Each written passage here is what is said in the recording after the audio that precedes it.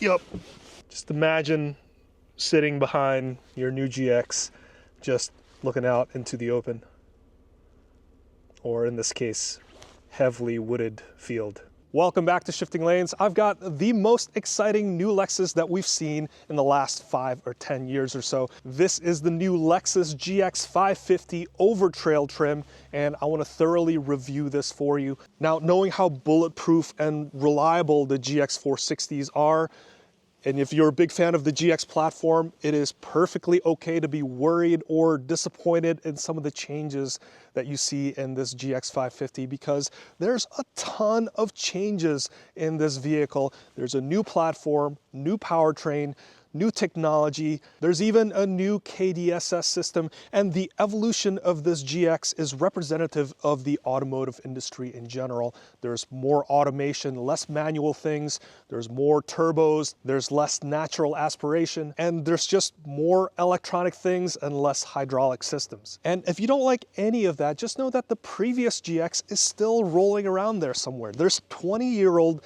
GX470s still going overlanding, being modified, and still going through some of the rough stuff. So knowing that the last GX460 is a 2023 model year, chances are that's going to be around for another 20 years or so. And 20 years is a long time, and those GX460s will most likely become even cheaper as more of these GX550s become available. So if you don't like any of the stuff that you're going to see in this video, just know you still have plenty of options. Now, after driving this GX550 Overtrail, which is $71,620, it's not the most expensive GX550, but it's pretty much up there. I get it.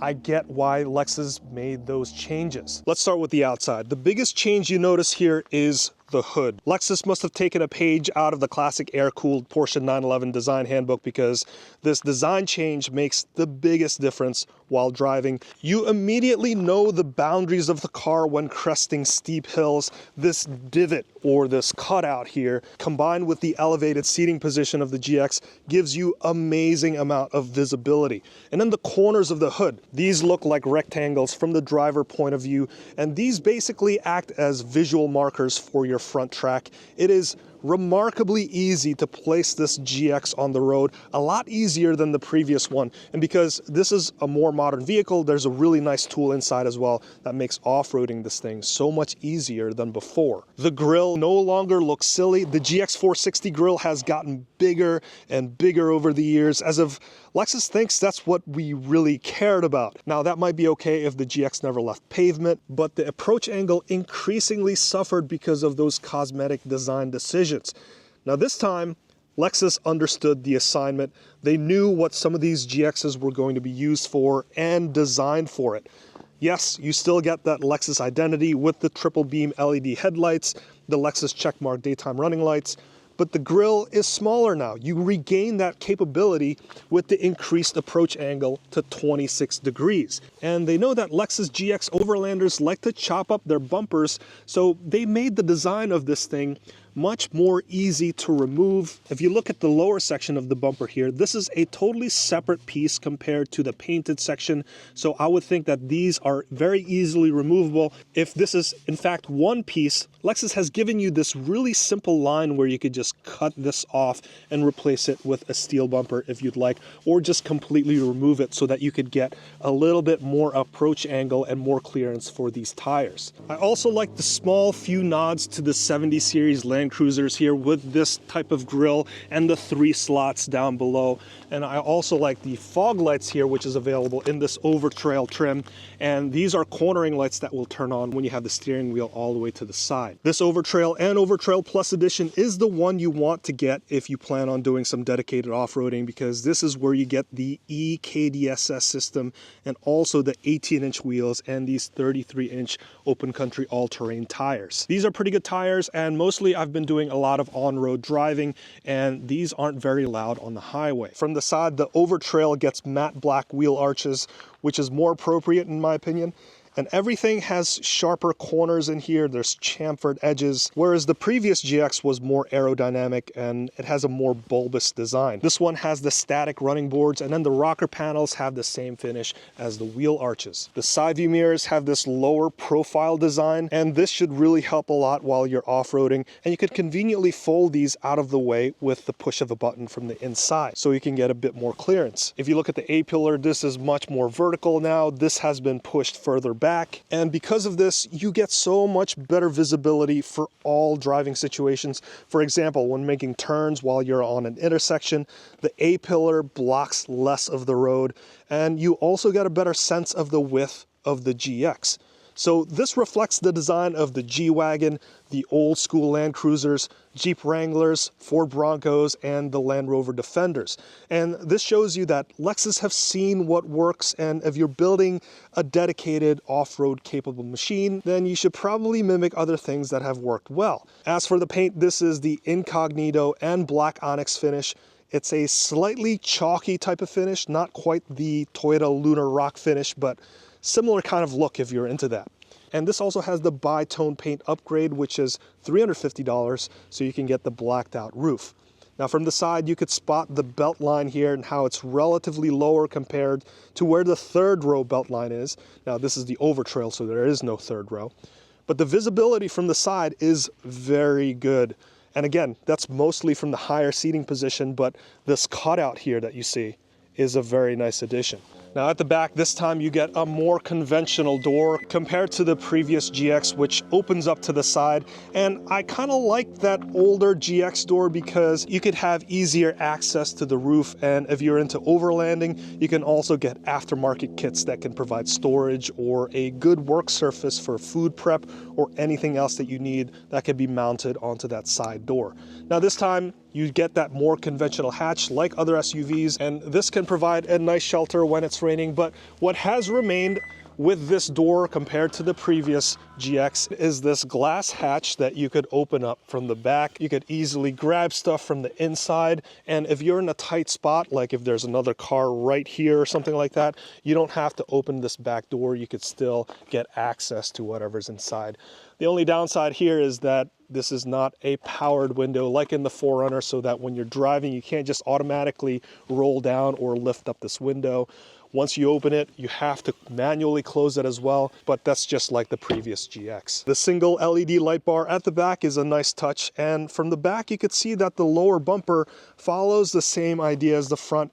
If you want to remove it or modify it, Lexus has almost given you like this cut here or a simple cut and paste to the lower bumper. So whatever aftermarket solution that you want, it won't be too difficult to do, or it won't affect the original design look and feel. Now before we jump inside, if you like these videos, which are short and to the point, please consider subscribing. This is a bit of a longer video just because there's a lot to talk about in this car. But if you haven't subscribed, please consider doing so because that's going to help this channel out a lot. And if you have, thank you so much. You guys are the reason why this channel keeps on going. So let's get right into it. Inside, you are immediately greeted with a much more modern interior. The previous GX has more or less looked the same, with a slight update on the 2022 model year with the upgraded infotainment system. This interior is called Chateau Nulux. Chateau Latour. With the olive ultra suede and the black grain trim. This Overtrail model only comes with 2 rows, which make a lot of sense for the purposes of this vehicle. The third row would be pretty small and would only be comfortable for kids and small adults anyway, while also taking a big hit on general cargo space and utility. The Overtrail is kind of like your overlanding flavor, so if it came with a third row, people are just going to toss it out and replace it with something else. Starting with the front row, the steering wheel is the modern Lexus steering wheel version with all of the driver assistance features on the right-hand spoke. Previously, all of the cruise control functions are on a stalk that's off to the 4 o'clock position here, and that's been the case for a bunch of Toyota and Lexus vehicles for the longest time. This is a much more clean design now. I like how it's all integrated in here. And then on the left-hand side, you have your stereo controls and your voice assistant as well.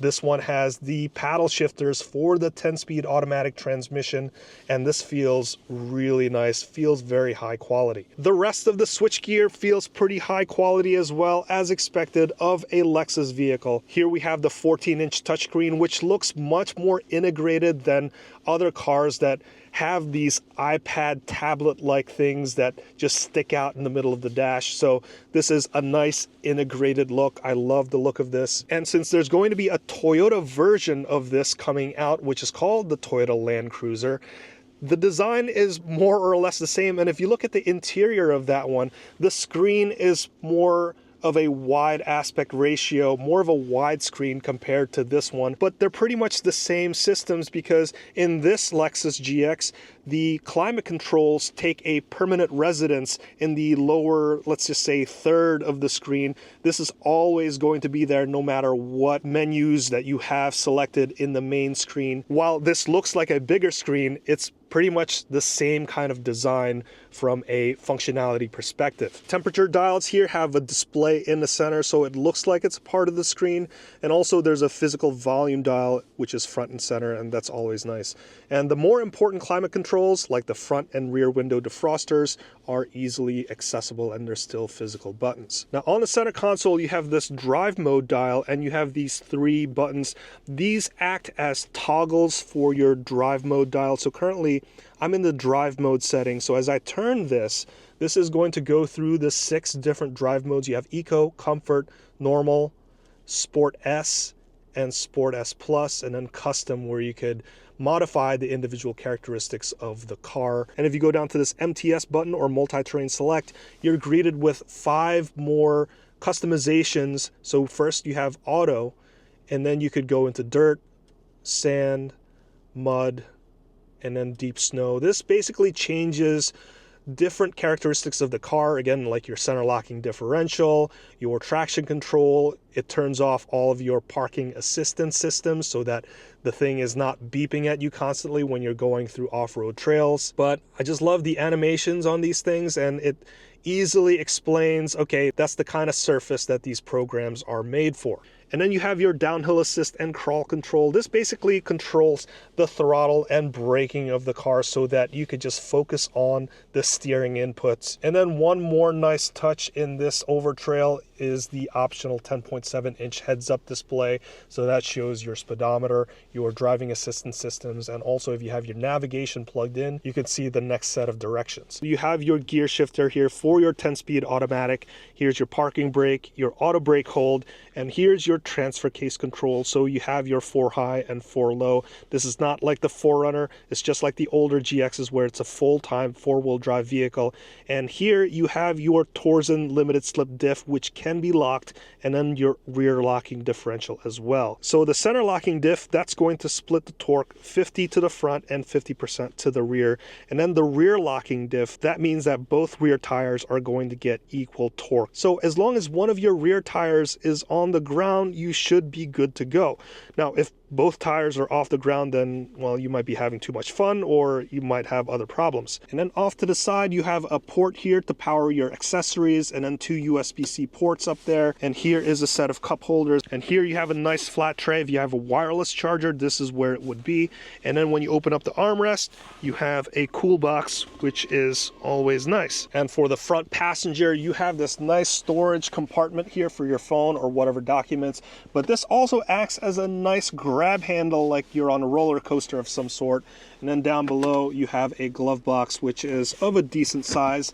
And then there's more grab handles on the A-pillars, and then your traditional one up there. And then up here you have your sunroof, which is of a traditional size, but you don't really want it to be any bigger than this, because chances are you have a roof rack of some sort, and then that's going to block this view anyway. But as for the seats, these new Lux seats, which is the fake leather stuff, feels really nice, and you have like a nice little homage to the Land Cruisers again, like these 9 little rectangular boxes here that It's very hard to see on camera probably, but you could feel it. Again, nice little touch there. And these are heated and ventilated seats. And you could see this nori green like color here that you could also get on the outside. But this is a nice looking seat, very comfortable. You could also get massaging seats in here as well. Now let's jump into the second row. There's a good amount of space here at 36.7 inches of rear leg room. I am 5'8" and there is plenty of space here and also plenty of headroom at 43.2 inches. Again, very comfortable here. And this being the Overtrail edition, no, there is no third row back here, but if you want to get back there, you could still fold the second row down flat like that or just lift it up all the way. And this is nice if you're camping, if you want to have some sort of mattress or something like that. It provides that much additional space for you to lay something flat. And even though there is no third row, surprisingly, they still left the third row cup holders here in there. It's a little odd looking here, but perhaps it's just cheaper that way because it's just one design for across all of the GX designs. And back here you have your 120 volt outlet, and here you have some storage solutions for your bottle jack, and then also just a general purpose storage solution for anything you want. Below the floor, there's really not much going on there. Okay, now let's go take this thing for a drive. First, the power. There's no more V8, but there's this 3.4 liter twin turbo V6. That's the same power plant that's in some Toyota Tundras, and it is pretty potent. It makes 349 horsepower and 479 pound-feet of torque. That is a big power increase over the 301 horsepower and 329 pound-feet of torque from the V8. This is a very noticeable difference. There's more grunt in the middle of the power band. The transmission is now 10 gears instead of 6, so the smaller engine and the more ratios mean that the engine can spin at more optimally efficient speeds. So mileage is going to improve. Previously, the V8 GX gets 15 miles to the gallon in the city and 19 miles per gallon in the highway. And now, it's still 15 to the city, but 21 miles per gallon on the highway. So while it's not a big improvement on mileage, you're able to extract more power out of that fuel. Towing numbers have also gone up to 8,000 pounds from 6,500 pounds of the GX460. As for the ride quality, it's very much like a Lexus vehicle, but you won't mistake this for a unibody SUV. This still has that truck-like body-on-frame, solid rear axle behavior. When driving on-road and driving through bumps or uneven road surfaces, you'll feel a slight shimmy going on left and right. That's the same experience you get when driving body-on-frame trucks. It's not as bad in this Lexus, and keeping the suspension in comfort mode would help mute that feeling. Off-road wise, the GX has a lot of proper hardware like I mentioned before. The locking differentials will ensure that you send enough traction down to the ground. The multi-terrain select gives you just that one more additional setting to optimize off-road performance depending on the surface. As for the crawl control and the downhill assist control, that allows you to focus on steering inputs while the car handles all of the throttle and the braking control. Basically, it's like an off-road low-speed cruise control. The higher seating position, the more vertical A-pillar, and the awesome hood shape, all of those things are truly amazing. Those humps on the left and right sides of the hood, they really highlight where your wheels are, which are great for off-roading, but it's also fantastic for dodging potholes and man covers. And depending on the equipment, because of all of the cameras around the car, you can also get some nice views on the infotainment system, and that'll really show where your wheels are going to be, the path that the car is going to take. Having all of that information right on that large screen kind of removes the need for a spotter when you're off-roading. Now, the two big changes that affect the ride and handling are the EKDSS and the electric power steering system. So the GX has moved on from hydraulic systems and onto electric motors. This means no hydraulic pumps, no plumbing lines, no hydraulic fluids, no power being robbed from the engine to run the pump, and no leaks to worry about. But you do have electric motors and software. I think electric motors and software is a lot more reliable in general. You can have a more consistent performance with less maintenance, but only time will tell because nothing is perfect. And I'm really curious how these electrical systems are going to work in the long run. Now, as for the KDSS, or the Kinetic Dynamic Suspension System, that is a means of activating or deactivating the sway bar system of the GX. The sway bar is there to basically tie the left and right sides of the car, which would then reduce body roll when you're cornering. And this GX is a really impressive handling SUV given its size and weight. This handled the back roads with ease. The GX felt super confident being tossed back and forth.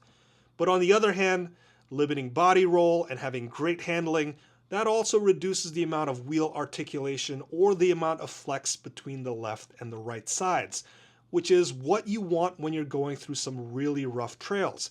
So the KDSS allows you to sort of deactivate the sway bar connection via a really clever hydraulic system that basically knows when you're off-roading and knows when you're just driving on the road. Now, the eKDSS system removes all of that complicated plumbing and replaces it with electric motors. And each axle's KDSS can act independently from each other, which makes the overall system more versatile. As for the steering system, the common complaint about electric power steering systems is that you have less feel, but I think the GX's new EPS feels great for a body-on-frame type of vehicle. The added benefit here is that with the Lexus safety system, which has the lane keeping system, you can have a better driving assistance system. Compared to the last GX's lane keeping system, which would only bounce back and forth between the lanes, it's a reactive system rather than proactive. And then there's also additional safety related hardware found inside the GX as well, like this extra hump on the steering column filled with infrared sensors that detect your face. I recognized this when it constantly thought my eyes were closed when I wore sunglasses. This is a similar type of hardware that you can find on GM cars equipped with Super Cruise, which is a level 2 ADAS system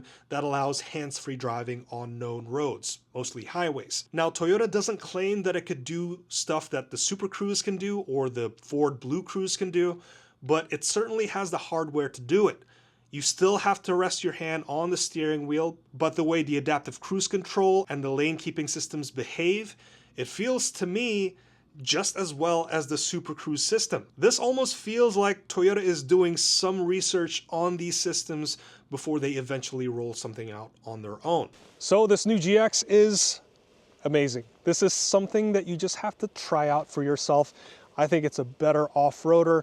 It has more power, better mileage, a lot more technology inside, better off-road angles, and I think it looks a lot better.